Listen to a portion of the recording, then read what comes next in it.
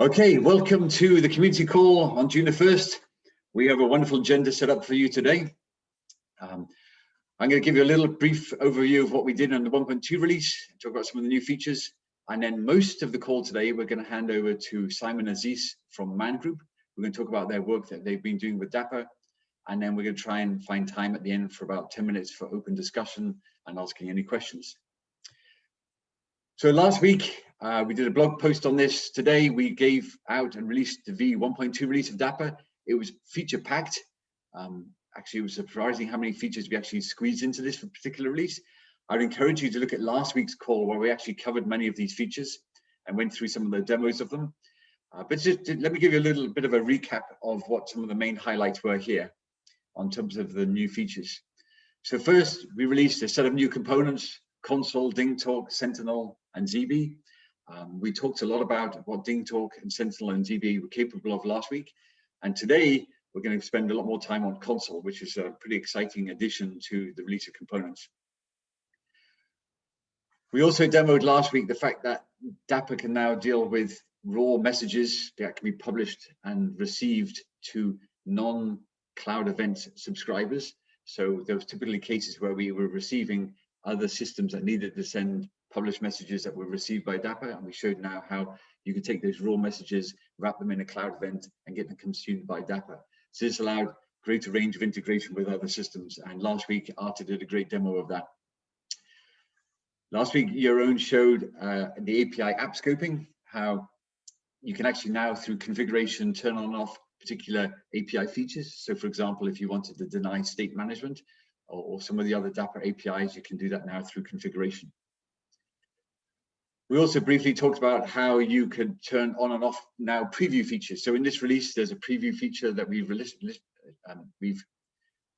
shipped.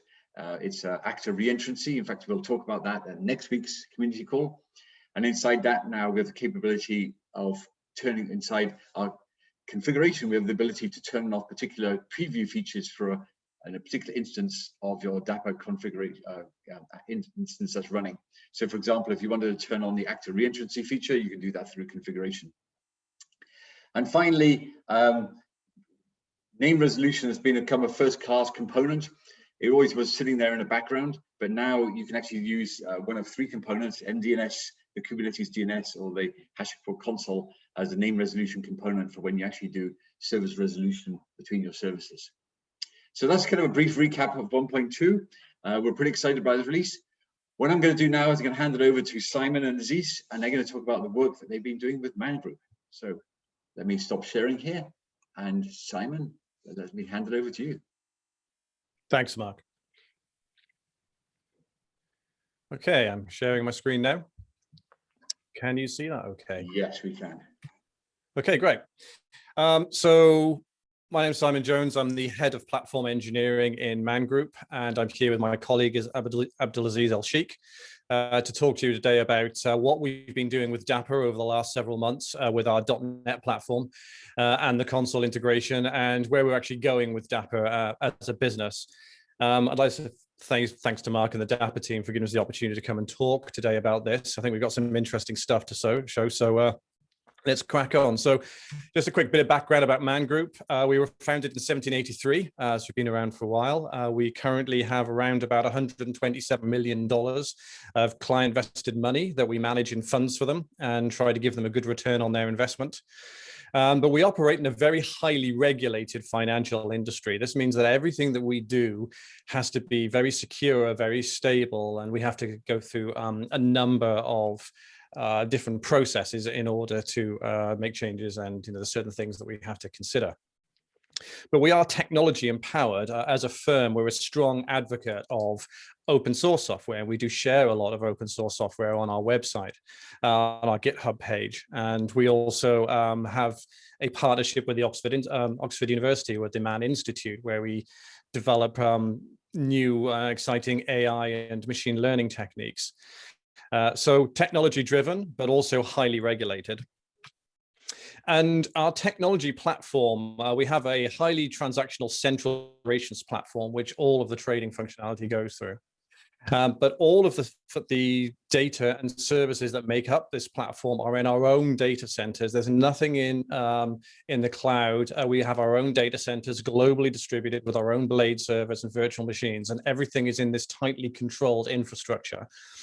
And the platform's been developed over a long period of time, and it's mature, but it's very robust, reliable, and it's incredibly stable. There's a lot of transactions that go through this on a daily basis. It supports all of our trading activity and all of our booking and risk reporting.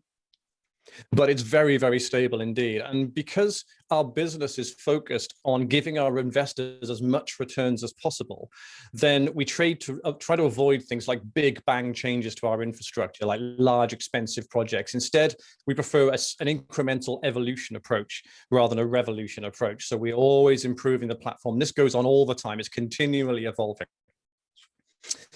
So let's have a look at what's involved when you evolve an enterprise platform. So let's say that you're starting out writing your platform for the first time. You look at all the technologies that are available. You want to write a client-server-based system with a front-end application with authentication in it to identify the users, and a back-end service with a database and some messaging between your services.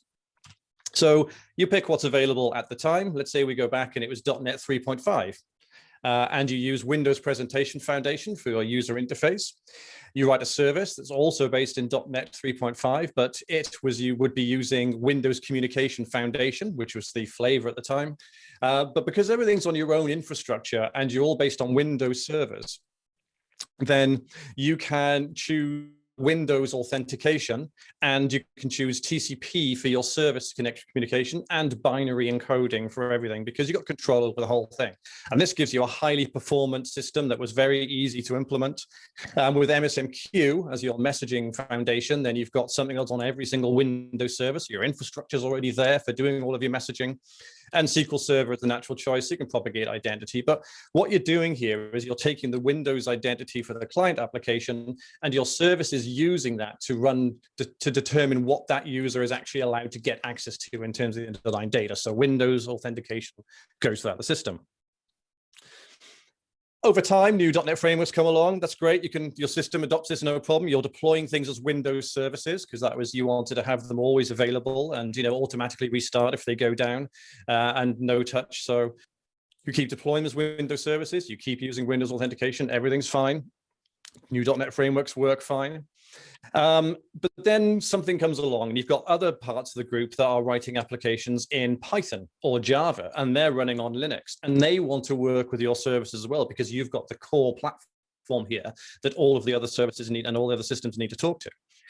So they look at it and go, okay, Windows authentication, that's Kerberos, right? We can do that. That's okay. This WCF thing you've got for .NET, though, we can't really work with that. That's a protocol that's alien to us. It's very proprietary to Windows and what you're doing. So you go, that's okay. You look at what's available. And WCF also supports HTTP with JSON. So you can do an HTTP API with a JSON protocol. And they go, that's great. We can work with that. So you can easily incrementally add that to one or more of your services. They can talk to it directly over Windows authentication. You can continue to deploy it as a Windows service. Everything's fine. Your developers come along and say, okay, we've been looking at .NET Core now. This is great. And it's now stable, long-term support, 3.1. And they're saying it's got ASP.NET Core. You can do your HTTP JSON APIs in a completely different way. You can still deploy as a Windows service. You can still use Windows authentication. All works great. We can use everything you've got. And you go, fine. You want to deploy that? That's brilliant. They go, one problem. MSMQ doesn't work with it. That's a Windows technology. We can't use those messages. So you have a look around and you go, oh, okay, I think we've got a solution for that. Let's implement Kafka. So you have a centralized broker messaging platform that works cross-platform, cross-language. It's not tied to Windows in any way. So it means that any application you write, whether it's on Windows or Linux, and whichever language, can consume messages from Kafka. And then you come up with a way of bridging between MSMQ and Kafka. But your services now are able to interact with a message basis with what you've already got and start developing with newer technologies like .NET Core. Again, incrementally growing things bit by bit. Developers are loving this, but now they go, hang on a sec, we've seen all these amazingly good container tools for developing in Visual Studio, and Docker locally is working really well, and we love this whole thing. And Linux is so much easier and faster to deploy to than, say, a Windows container might be, and they love the simplicity of it. You've got tons of Linux servers already in your blades, you can easily deploy to Linux. So they go, okay, we want to put it in containers and deploy our .NET Core services to a Linux platform. And you go, okay, so that means now we need Docker as well. So, okay, let's put Docker on each of the different services, and that's fine. You still don't need an orchestration platform. Your existing deployment mechanisms can push out to a locally running Docker on the servers. Their containers can be deployed that way. They can develop with containers. They're all happy again, incremental. But now both the guys using .NET Core 3.1 are saying, I want to scale horizontally. Our services are scalable. We're not tied to MSMQ, so we can have multiple instances. And we want to be able to scale and do load balancing across those services, so that we can, increase the capacity.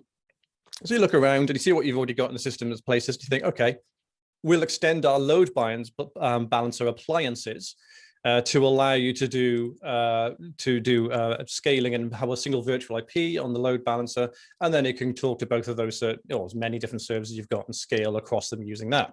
It's a bit of a problem because we're using Windows authentication, so you have to have sticky sessions for the negotiation of Kerberos, but it all works. It's fine. And all this is looking really good. And you keep scaling and everything's fine. Everything's still supportable. You're doing things incrementally. But imagine this now, let's say there's 100 times this many things over time. And also don't forget, you're deploying things multi-data center. It's globally distributed. You need high availability, automatic failover as well, if possible. You need to be able to cope for outages and bring things up. And, so you have multiple instances spread across the world, all trying to talk to each other. And again, that's okay. Everything's working fine. But you're starting to notice that it's taking more and more incremental effort to add new things and support the other things. And you're trying to come up with a plan for incrementally improving things over time, and trying to start to overcome some of the process issues that you're seeing. And then someone comes along and says, you know what, we really want to have a web front end instead of the Windows front end for our clients, so they can do work on their iPads, they can get reports, they can do risk analysis, they can do all sorts of things. And they go, that's fine, that should be not a problem. Web front end, that's just going to be React, Node, OAuth for authentication, that should all be fine. And then you realize that OAuth just fundamentally is not compatible with the architecture as you have it at the moment, because everything is based on Windows Auth, on Windows services, or Kerberos, I should say, so all intranet. And all that identity propagates all the way through. So OAuth isn't necessarily going to be very easy to implement. There are ways to bridge between OAuth and Windows, but Windows Auth, but it's generally not recommended. So you're looking at this thinking, right, let's have a think about this. How can we incrementally improve this and start to gradually address some of these challenges that we're seeing? The first one you want is obviously support mobile applications. But you've also realized that because a lot of these things are Windows services, some of the older ones at least, they can only deploy single instance to a machine. And then if you want to, because they're using MSMQ and Windows service basis, and they're not behind a load balancer yet, if you want to do a release, you have to do it, say, on a weekend or a time when there's no trading activity going on, because it's going to involve downtime of that one service. Now, you could put it behind the load balancers and solve it that way, but you're looking at something now where you're trying to solve it in a way that you're going to apply to everything. So the load balancers have some challenges because they're hardware appliances.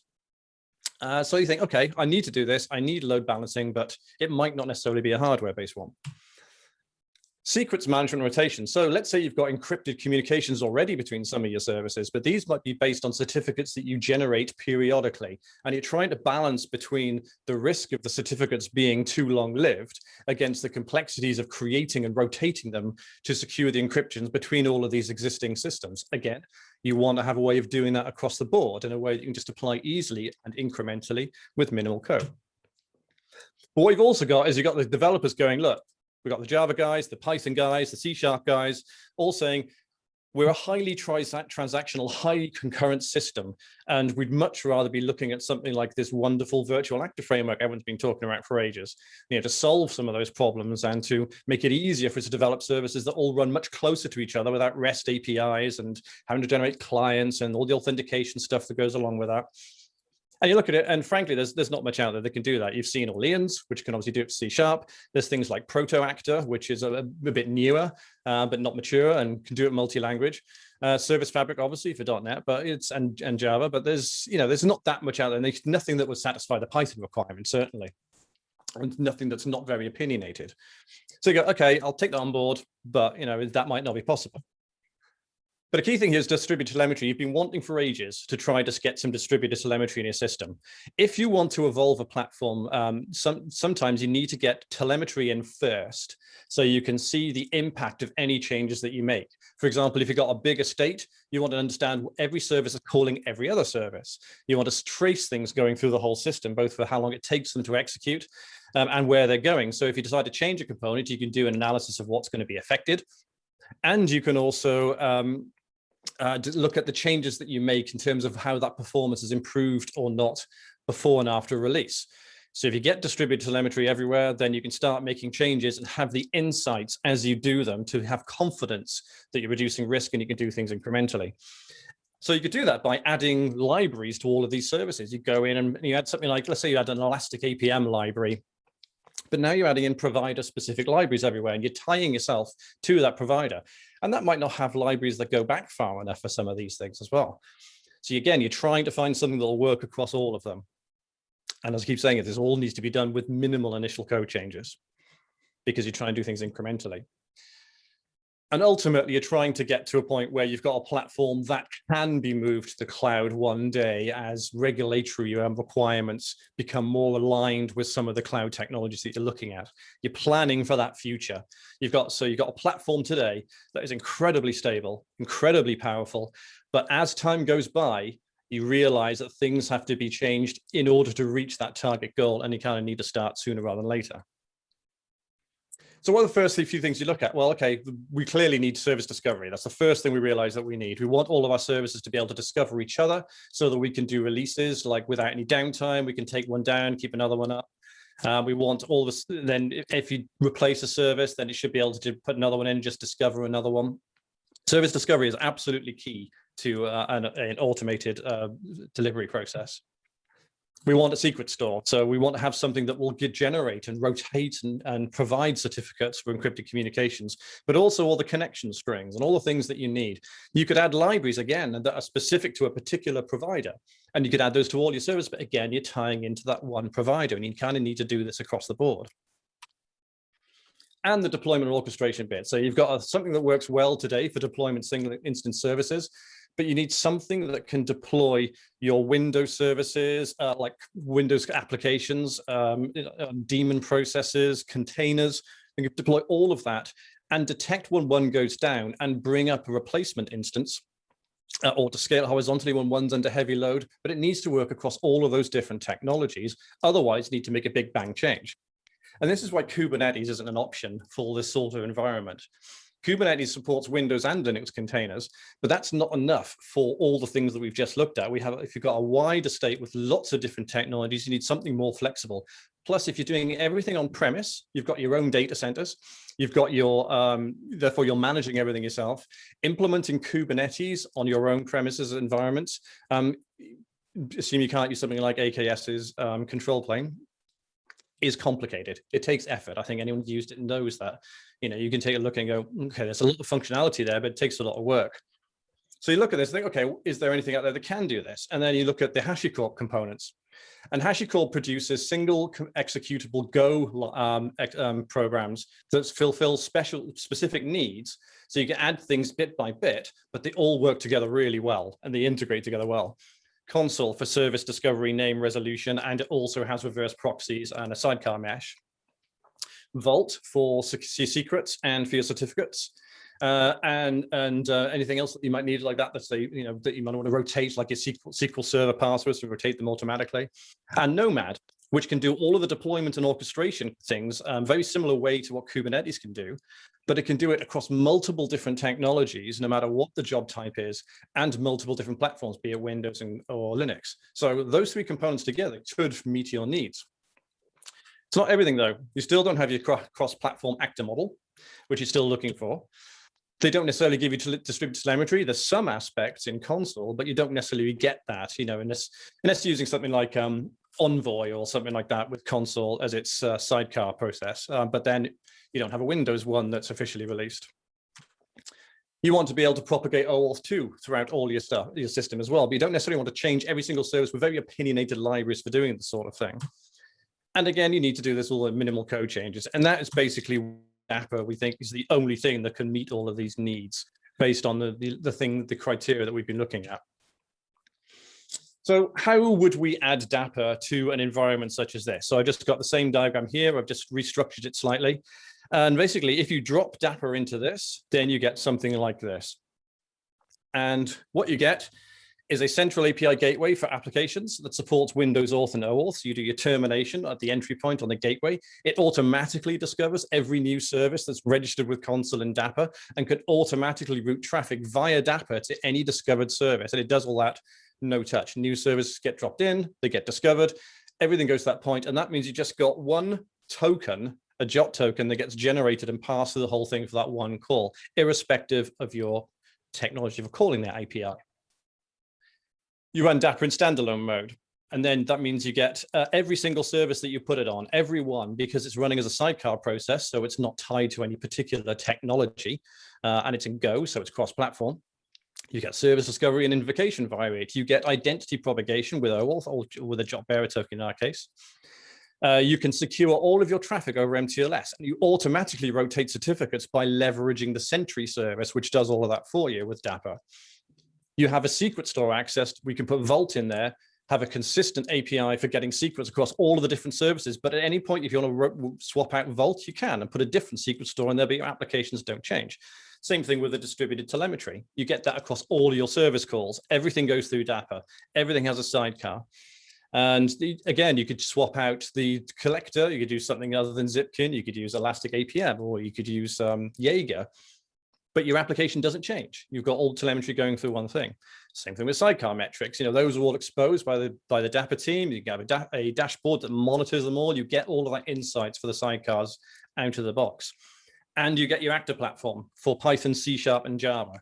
So your Python guys are happy. You just provide a cluster of placement instances, and then you'll be able to use the actor platform.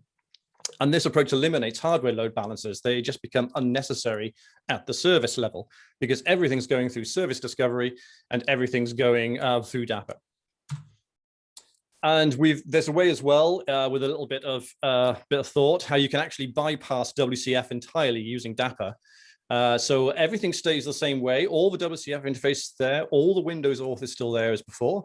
But you have a way now of actually going around the WCF interface through Dapr and its HTTP and invoking all the same methods that are behind the WCF service, but without using WCF. So it solves your WCF problem in a way that it would be very hard to do without something like this. And it's incremental. You do have to probably change every single one of your services, but it's a very, very low impact change. You're not changing any of the code or interfaces that's there. You are adding on some additional capability in a way that's not tying you to any particular provider.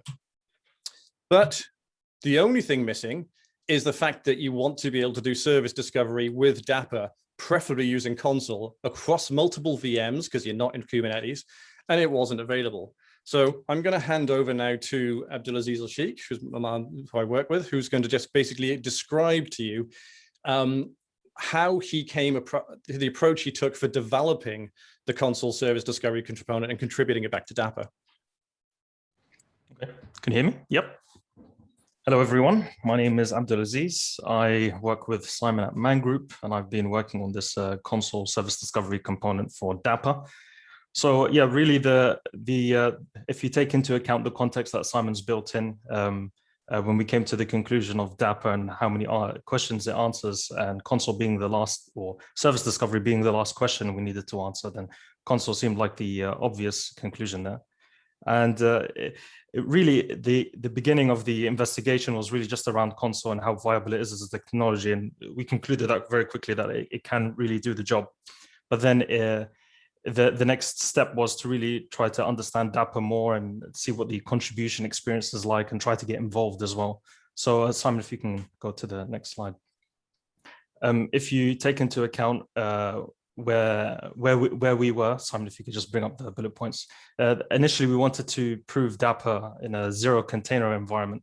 So obviously, a lot of our estate is a Windows estate, but a lot of the discussions you see around Dapr is in the Kubernetes context, and a lot of the content online, the discussions around the Kubernetes context. So we need to prove that Dapr can work in a Windows only environment, in a zero container environment, and that also it reflects as well with even the developers and the development experience. So we're not, even if we can support containerization, we want to make sure that in the scenarios where we can't, or perhaps the developers who are not used to working with containers, we can still support all of these kind of scenarios. So it was all about getting the placement service to run without containers, getting the Sentry to run as well. So using all of the binaries that are built with the whole Dapr control plane, we are able to prove that you can actually do this without the use of any containers at all. Simon, if you can go to the next point. The next, obviously, challenge is learning Golang. So I'm completely new to Go. I've not written a single line, but it's very interesting, very fun. I gave it a shot, and I really suggest that anyone who wants to get their teeth stuck in, don't fear anything, just jump in. It's quite a fun language.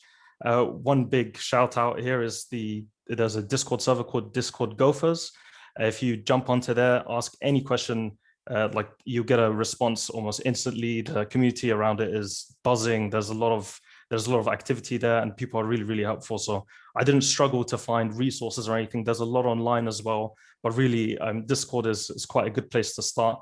And well, I'll leave the last comment. Can you go to the next point, Simon? So yeah, the Windows development experience, again, there are some tools there that will allow you to build the Dapr code base in a container, but this same scenario, I wanted to prove that it can all be done on Windows. So there was some battles with running bash scripts on Windows and using MinGW and getting GoDelve to work. But we managed to prove in the end that just using Visual Studio Code and some configurations around the launch settings, it is actually possible to debug both ends, your service and also the Dapr runtime, entirely from a Windows-based development environment, let's say. So that was positive experience in the end. Next point, Simon. Obviously, for all Dapr related things, the Dapr Discord, the GitHub, the community calls are a go-to. There's a lot of information there. The guys have been very helpful. I've gotten a lot of help from Yaron. I bugged him a lot on the Discord servers, but he's been very patient with me as well. And Aaron as well, he has been quite helpful. And the final point, Simon, is a big shout out to Phil Keddy. He's been very patient with me on the pull requests and iterating with me back and forth. So, and sharing a lot of insights, a lot of Golang insights. So big shout out to him for his help on this one. But yeah, I hope that everyone can give it a shot, see what they think of the component. Obviously, it's all there in the GitHub. So just dive in, whatever changes you think or suggestions that need to be made. Next steps from here really is we're hoping to improve the caching around the component using the watcher pattern. But what's there right now, I think you'll see in the coming demos soon, is something that's going to be quite useful and interesting for everyone. Yeah, I'll hand back to Simon. Great, thanks, Aziz. Mark, have we got any questions at this stage before we move on to the next bit? I think what we'll do is we'll just take a little short time for anyone to ask any questions about what you've talked about so far. A fantastic story, by the way. I love the fact that this has been built up over many years on Windows, and you've incrementally taken on new technologies, and how Dapr now has helped you move this forward. So what we'll just ask at this point, if there's anyone's got any questions about particularly that segment about how you developed your transactional platform, and any questions on that before we'll dive into a demo on console. So if anyone wants to ask, I can unmute you if you want to ask questions, or just post them in the chat window, or we'll save them to the end.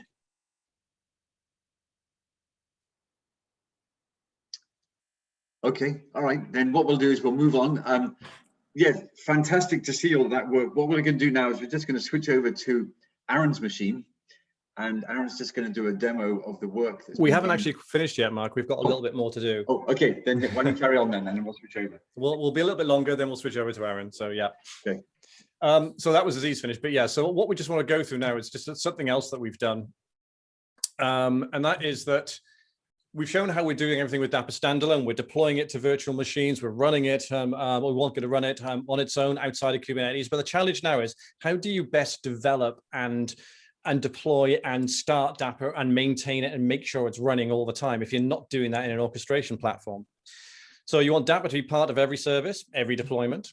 You need to use it in standalone mode, so outside of Kubernetes. So you need to be able to run Dapr, but you also want to make sure its lifetime is monitored. So if anything goes wrong, then it gets restarted. And you want the health to be monitored as well. And actually really to make it part of your application health. If you've got health checks on your application as well, it'd be good if they would also report that if Dapr has gone down for some reason, that application itself is now no longer healthy and traffic should be routed away from it.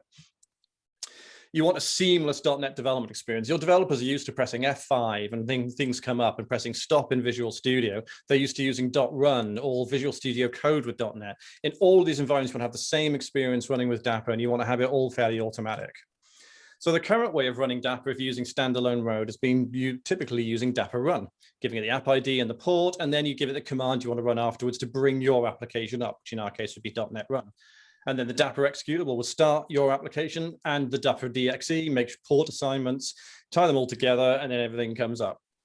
And that's okay if you're doing a bit of debug, or if you just want to just basically launch it quickly to do some testing. But as soon as you start to go into more advanced scenarios, then it becomes quite difficult to manage that. And it's certainly not really something you can use from a deployment perspective, which is why obviously there's the Kubernetes side of things. But what if you could turn that around so that your application starts and manages Dapr and looks after it? And this is a case where we can basically, we've created something that allows the app to completely own Dapr, almost as if it's a DLL. You would not even know it's running. You don't have to think about it anymore. It seamlessly works with Visual Studio debug and starting and stopping. It just all happens in the background, no matter where you run it, whether you start as a Windows service, you run it inside a container, whether you run it via .NET Run or Visual Studio Code, the experience is the same every time. And for that, I'm just going to quickly introduce Dapr Sidekick for .NET, and then I'll hand over to Aaron to do the console demo. Dapr Sidekick for .NET. Simon, we have plenty of time, so make sure we've still got a good 25 minutes to the call, so take your time. Okay. Well, let's see how we get on with this, because your demo of console is really cool. So let's see how we get on with this one. Yes. So Dapr Sidekick for .NET is an open source repository on the Man Group site with packages on NuGet, and it works with a range of .NET technologies from .NET 3.5 all the way up to .NET 5, and it manages the Dapr sidecar and provides service discovery as well. So I'm going to quickly show you Dapr Sidekick for .NET. So just to show you, I'll bring up this here just so you can actually see where it is on our website. It's on, if I go to GitHub, and if I go to, so it's in Man Group, daprsidekick.net. We'll post a link at the end. But this is what Dapr Sidekick for .NET does. It will find Dapr on your system if you've installed it with Dapr in it, or you can tell explicitly where it is. It will start Dapr. It will do port assignments. It will do environment variable assignments. It will assign the location of sentry and placement if necessary. It brings the health checks and metrics endpoint from the Dapr sidecar into your application, giving you a unified endpoint with routes that exposes all of that, making Dapr feel like it's part of your application. And all the Dapr logging messages come straight through to the Microsoft logging framework. So they're all emitted all the other ASP.NET Core logging messages. And also we've extended it so you can also launch Sentry and placement as well using the same technology, which is how we actually deploy Sentry and Sidecar ourselves. But it's easier to show than it is to talk about. So what I've got here is a standard weather forecast application for anyone who's basically created an ASP.NET Core 3.1 app before. You would get the weather forecast app. And if I run this quickly, so you can see what it looks like, it just comes up, and on startup, there's some standard logging that comes up, and then it goes straight to the weather forecast area and gives you a weather forecast. So this is basically out the box. The only thing that we've done different here is we've added Serilog logging, because it helps to visualize things as you're going, because of it's a structured logging with code coloring. So we'll be looking at logs, so it'd be easier. We've just added that. But apart from that, it's pretty much the same. And what I'm going to quickly show as well is that if I just quickly check there's nothing running on my machine called Dapr at the moment. So the Dapr sidecar is not running. So what I'm going to do is I am going to add sidekick to this application. And that's all we're going to do initially. So I'm going to go to NuGet. I'm going to look for man.dapr.sidekick. I'm going to install the ASP.NET Core version. And you'll see that for .NET 5, and the only things that it basically depends on itself. Dapr Sidekick for .NET 5, it has no dependencies, or for .NET Core on anything. It's just a small library that's purely there for managing Dapr. So I'm going to install the ASP.NET Core library. Accept all that. And now I'm going to go to my startup application, and then I'm just going to add Sidekick. Oops. Configuration. Okay, so there's an extension with this. I didn't have to change my namespace or anything. It's just become available as soon as I do it. And now I've done that, I am just going to run it. I've done nothing more than add Dapr Sidekick here. It just came up as my NuGet, and I've added it here. So now I'm just going to run this again.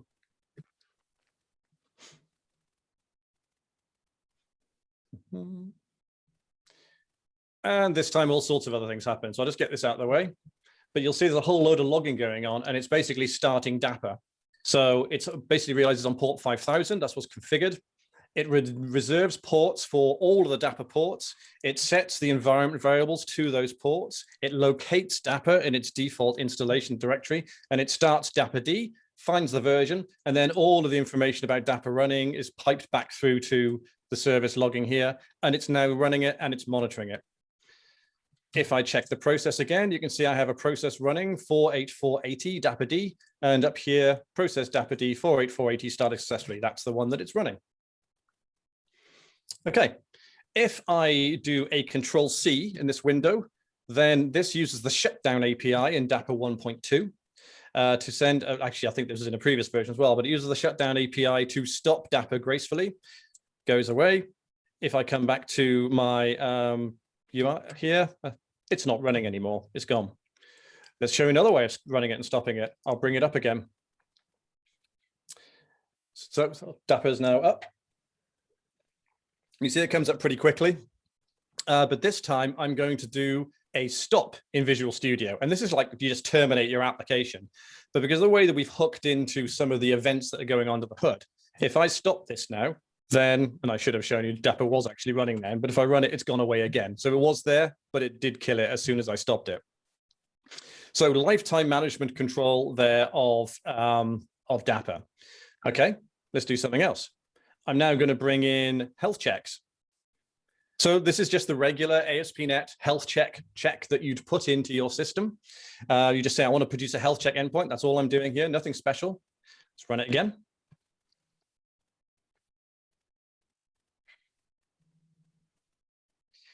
And if I go to the health endpoint now on here, then I do have a health check. Great. And if I go back to here, my process is running. And it's 51788, 51788. Well, what happens if this process dies? Let's kill Dapr. As soon as I press enter, the Dapr process has changed and my service has gone unhealthy. So it's no longer healthy. Dapr then gets restarted by the system within 5 seconds and it becomes healthy again. And absolutely everything that I'm showing here is fully controlled through the standard options pattern. So all of the port definitions, you can reserve them. You can define where the service is going to be picked up or where Dapr is going to be found. You can define the time between health checks or how long it has to be before Dapr gets restarted. There's a very lengthy list of options in the options pattern. The point is, though, as soon as Dapr died, the service reported unhealthy because a critical component had gone away. Dapr gets brought back up again by Sidekick, and then it goes healthy again. So it's, I'll just close that again, shutting it down, just doing it gracefully. And by the way, it would have come up again with a different port there, 60852, and now it's gone again. Something else as well, just quickly, that we can also bring into the application metrics. So we've exposed the Dapr metrics on an endpoint. I'm just mapping it to /metrics here. If I bring it up and notice how I'm just starting and stopping the application, each time Dapr comes up, Dapr goes away. I'm not even have to think about it. And if I go to /metrics here, then all of the Dapr metrics are now available. And we put by default a little app ID in there saying these metrics all come from the sidecar, because this can be merged with your own metrics from Prometheus, say, or PrometheusNet, or app metrics, or however you're using them. You can merge them all together in a single unified metrics endpoint. So again, these are all the sidecar metrics. But there is some other stuff that we can do as well. Notice I just closed the web browser there. And just by closing the web browser, Dapr has already gone away as well. But let's have a look as well. Let's show you some of the things that are available when you use Sidecar. So I'm just going to bring a little bit of code here. And this is a little method I'm going to put onto my controller. And this is injecting in Dapr Sidecar host, which is one of the things that we provide. And on this, we're going to put in we're going to expose two things: information about the process that we're currently monitoring, the Dapr process, and all of the options that we used on startup. And we work out some of these automatically. So I was just showing you how some of this information is available in the code. I'll start this up. And now I can go to an endpoint called status. And on here now, I have information about the running process, Dapr. So it thinks it's 33104. Yeah, that's what started. It knows it's version 1.2. It's in running mode. I'll come on to attached shortly. But then it tells you things like where it found it. Okay, I found it in C users Dapr. And these are all the ports that I assigned to it. And all this information is available on this is the options pattern, but we calculate a lot if you don't define anything. Because I've not added any config here. This has all been worked out automatically. I think, okay, that's kind of cool. What happens if I kill Dapr again? All right, let's have a look. We've got process Dapr here, 33104. If I take that, and if I kill it, Dapr goes away. If I come back here and refresh this, then now says it's not available. It's stopped. It's gone away. It doesn't know what the process ID is. Dapr's come back up in the background. If I refresh this, it's running again. It's got the new ID and it's found it again. So again, constantly monitoring it. And there's one other thing I just want to show here. I'm going to let Aaron show his console demo in a moment, but I'm just going to show one other thing here. And that is that we have another thing here, which we also provide first-class service invocation via Sidekick. So if you use the Dapr.NET SDK, that will give you service invocation, which means you can create an HTTP client and you can invoke that over Dapr for a particular app ID. However, it only works on .NET Core. We wanted something that would work on .NET Framework, going back a long way as well, even to 3.5. So we created this thing called the HTTP Client Factory as part of Sidekick. So, it's complementary to the Dapr, to the .NET SDK. And incidentally, by the way, everything that we got here works alongside the .NET SDK. You don't have to use our service invocation. You can add the Dapr.NET SDK to a .NET Core application, allow Sidekick to do nothing more than manage your application, to manage Dapr, but use the .NET Core SDK for all of the invocation, and it works all fine. We'll assign environment variables, we'll assign app tokens, and all that sort of thing. All this one is doing is a loopback call to itself as a demonstration. So it's getting its own app ID, which it's determined automatically. I'm creating a HTTP client for that app ID. So that's just going to be itself, but it's telling it's going to go via the Dapr sidecar. So I get a regular HTTP client, that I invoke the /weather forecast endpoint on this controller.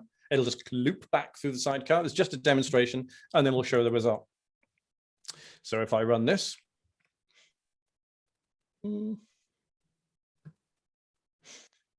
and now if I call the endpoint, what was it, sidecar, I think it was, then it's giving me a result. I don't know if you saw that update, but a load of logging came out here because it found the MDNS address and it registered it for my service via sidecar because it's running an MDNS because it's standalone without console. And in fact, looked up the IP address, registered it, and then it called back to the weather endpoint on the service. So it said I executed weather forecast, and then I finished with the weather forecast sidecar. And it's cached the entry. So each time I execute it, you can see 2 calls now. It goes to weather forecast first, and then the sidecar 1 response. So it loops its way back via MDNS. But this is showing how service invocation works. And this is one of the samples that's available. So the last part of this demo, what if you want to use Dapr the normal way? So let's say I want to start Dapr up on its own. Let's say I'm debugging it or developing it, and I want to start up Dapr normally. So I'll do something like this. I'll run Dapr, I might be developing a version in Go, and I want to run that and attach to it from my application. So if you've got an application that's already running, it's waiting on port 5000 now, because that's what I told it to do. But if I now run this service with Sidekick running, what it'll do, the first thing it'll do, it'll actually find that existing service. It found an attachable process, that Dapr PID, that one, that with that right app ID import, and it has attached to it. And it's assigning all the ports, but it's also reading back the ports that were provided by the sidecar. So if I go to status on here now, the status now is I'm attached. Doesn't know what version it is because we couldn't detect that for attachment, but it's got the gRPC and the HTTP ports that were assigned by Dapr CLI to that sidecar. We read it back from it on startup, so we can now, as before, perform service invocation. Oh, if I could type, we could perform service invocation via the sidecar, again, doing the same thing, but this time we attach to one that was already running. And if we stop this, it goes away. But what you'll see is Dapr is still running quite happily because I didn't stop it. I attached to it and then detached from it. But all I did was run Visual Studio. I didn't do anything different. And just to show completely, what if you want to actually bootstrap and start the application entirely? So you start the app ID and the port, and then you call .NET run to run the application like you would. This is the standard way of running it in Dapr. So I'll do it again. And this time, everything comes up in this UI. Now you can see the logs coming back from my application. You can see that it's assigning all the ports again, and I've attached to it again. It's found it, but this time I've run it all in the standard command line from Dapr using .NET Run, the way you'd normally do it. And if I go to, it didn't launch a browser because I did it all standalone, but if I go to localhost, was it 5000? Go to status, again, it's attached. It found it again, it's running again, and again, I can do the sidecar command. And again, it's called it, and you'll see the logs coming through here showing that it called it against the sidecar. And now I can just stop it here normally. So I had another demo which showed this all working with Consul about how you can have a config YAML within your solution.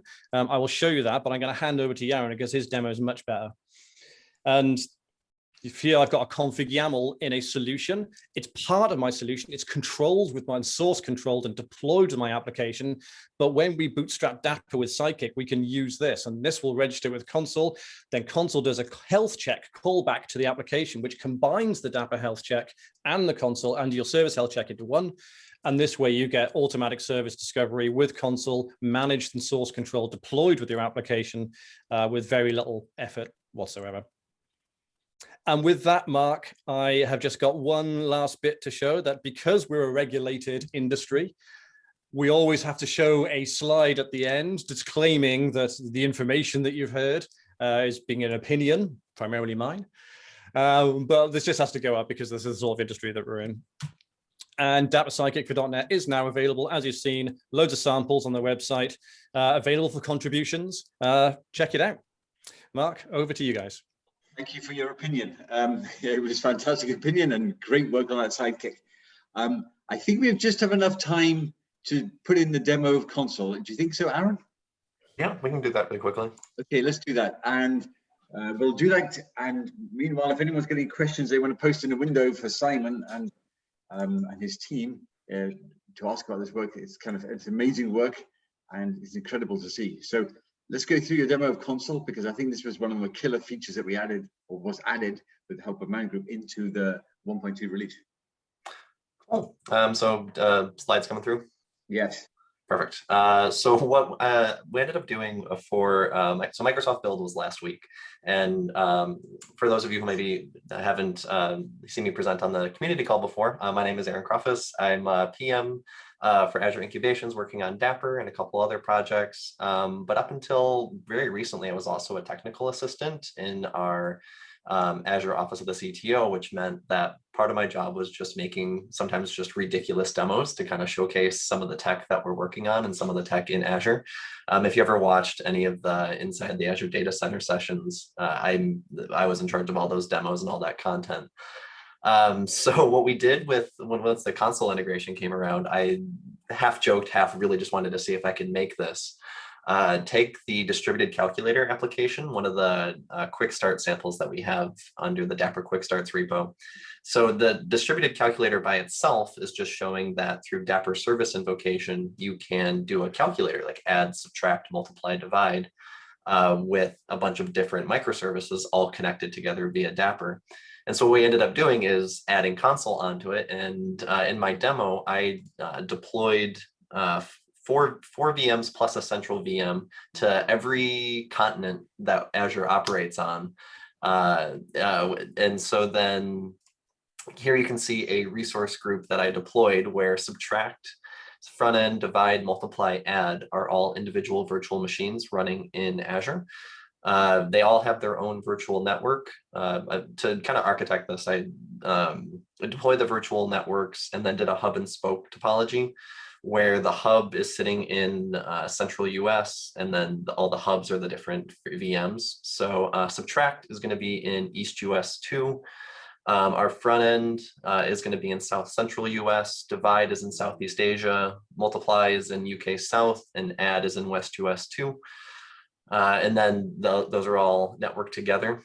Now in Remote Desktop Connection Manager, or RDC Man, side note, this is going to be a sysinternals tool starting next week. I've set up console with all my members, so you can see all of my VMs that I've networked together and connected via console. With the front end acting as the server and then all the different operands being the clients. Here's the front end, which accepts the call from the user and then sends that out over the Dapr sidecar to the different operands like add, subtract, multiply, divide. And then you get this nice calculator front end.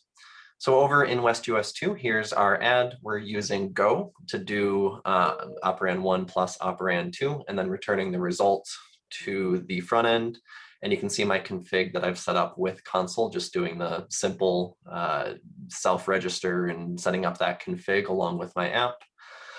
And then I have that running, in West US 2 again. Subtract, this one is written in .NET. In ASP.NET. So I'm doing operand 1 minus operand 2, and then with the same console registration. Multiply is going to be in Python with the same registration, and then divide is going to be in node.js. So now those are all up and running. I could then go back to my calculator and do something like 3 plus 3 equals 6, which just happened in West US 2. And then that happened in UK South, and then I believe this subtract happened in East US 2, and then divide happened in Southeast Asia. So just a quick little demo to show that we're doing Dapr service invocation in a whole bunch of different countries, all connected by console using the new integration. So this kind of shows how you can run globally distributed, I don't know, performance-wise if you want to do this, but it's possible to build out globally distributed applications with Dapr in self-hosted mode with this new integration. And with that, I'll stop sharing and hand it back to Mark. Oh, fantastic. That's a great demo to see. And I mean, it's a great way of showing console and just how the power of it adds the fact that you can now do name resolution as a first-class component across multiple connected VMs. Before with MDNS, it was a little bit restricted to any physical machines that typically supported the MDNS protocol. So having the power of console in there to do that now makes it really capable. And actually, I was just talking the other day that we actually have a case where someone is also running applications they've deployed into a Kubernetes cluster, and they also have things deployed in VMs as well, and they want to span across a Kubernetes cluster and physical VMs, also VMs, and so console allow them to do things like that as well as a name resolution service. So with that, I'll briefly share my screen just for a moment, just to kind of finish up here in terms of any open discussion that we have. If there's any questions anyone would like to post or ask in the last few moments, particularly to Simon. I really want to thank Simon enormously and the Man Group for their work that they've done. Seeing the work and how they migrated their application, took Dapr to be integrated across all of it. The work with inside console, and then that Dapr Sidekick is incredible. So it's a huge thank you and call out to them, helping everything inside the V1.2 release, which was incredible community donation from them. Does anyone have any last minute questions that they want to post or ask before we sign off?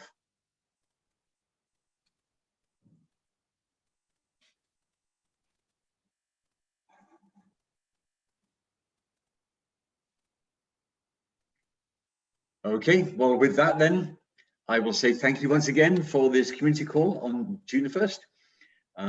Next week, we'll kind of carry on and do a few more demos. If there are topics and if there are times that you would love to present at any of this with the work that you've done, we're always looking for people to show their community work, because we find that kind of showcases Dapr in incredible ways.